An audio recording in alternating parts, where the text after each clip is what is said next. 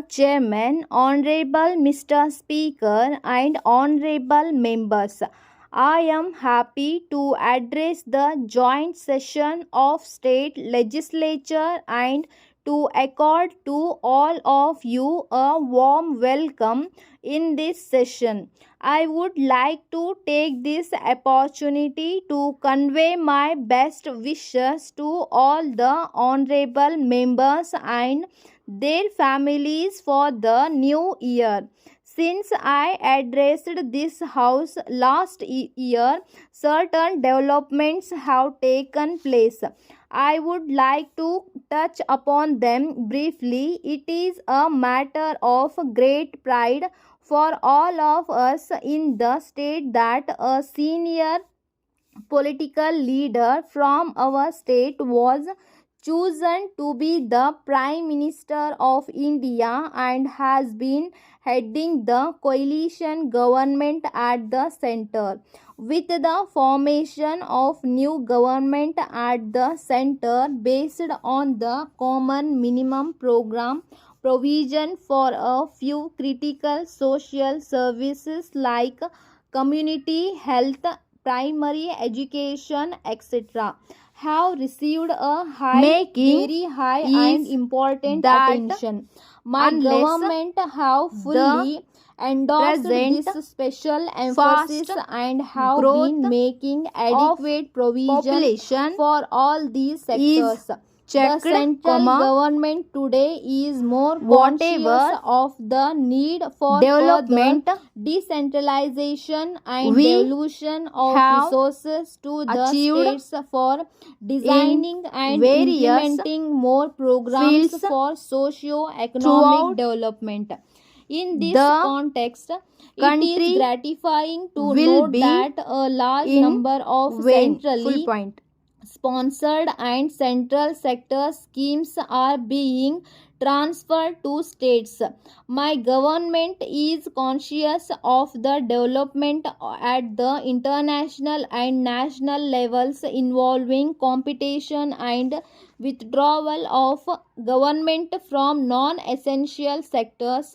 We have been examining the areas where such policy reforms can be brought about without sacrificing principles of social justice and welfare of the economically and socially weaker sections. We have recognized the need for providing commodities and services at their economic cost. We are proposing policy reforms by which services at their economic cost. We are preparing policy reforms by which services become more viable without hardship to the weaker sections of society. The honorable members are aware that the present year is of special significance for all the Indians wherever they may be. 50 years ago, our country has achieved independence from the foreign rule. Since then, our nation has made significant progress in many areas.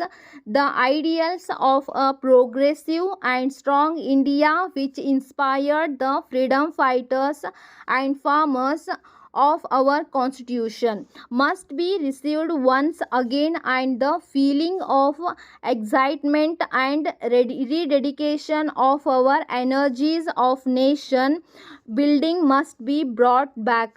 My government is making plans for celebrating this significant event. Apart from highlighting significant events, we would also like to educate our people on the threats that still persist to a liberal, tolerant, and equitable society. Social evils like religious fundamentalism, casteism, and corruption will have to be fought relentlessly, and a good center state relation must be emphasized. I have no doubt that the honorable members will join me in congratulating the people of India during this year of the 25th anniversary of our independence and in organizing various functions that will be taken up as part of the celebrations. The current financial year will also mark the beginning of sixth 5-year plan, which will take us to the next century when we become strong, united and proud nation. My government has endorsed the general approach to the sixth plan, aiming at an overall annual economic growth rate of 8%. The state would formulate an appropriate plan and strategy to achieve this rate of growth. While Karnataka has earned justifiable recognition for its achievements in industry and science and technology, we cannot forget that agriculture provides the foundation of our economy. Karnataka's farmers need better seeds and fertilizer. They need more credit. They need more reliable power. They need remunerative prices and insurance against natural calamities, while giving a renewed trust to traditional agriculture. A new momentum has to be imparted to horticulture, floriculture, fisheries and animal husbandry as well. My government is a government of the farmers, by the farmers and for the farmers. I am quite sure that this august body will deal with the problems of public health and family welfare under the prevailing socio-economic conditions of our country. I wish you all the best. Dear Sir, please refer to our letter dated 22nd February 2000 for the supply of computer and other accessories along with a good laser printer to our institute. In this connection, we wish to inform you that the required machineries have been supplied by your firm after a delay of nearly 66 months.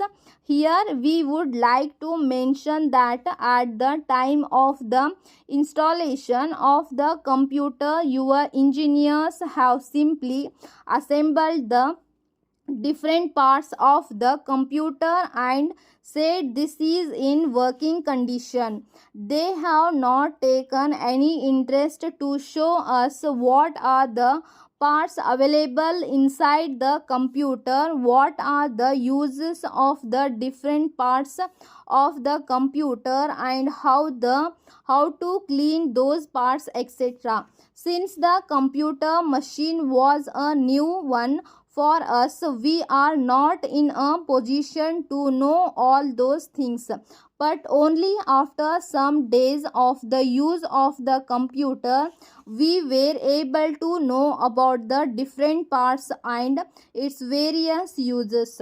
After the installation, the computer was being used regularly and it was working quite satisfactorily. But all of a sudden one day it started giving problems. Since we have learnt only to operate the machine and not knowing the repair of the machine, we are put to lot of inconvenience. Due to this, we are not in a position to give the training in practical to the students of our institute. In this regard, we have written a letter to you mentioning the problem we are facing at present and requested you to send some of your service engineers to rectify the problem of the machine and to make the repair. Hence, we request you once again to kindly send your service engineer at the earliest. Yours faithfully, Shiva Principal.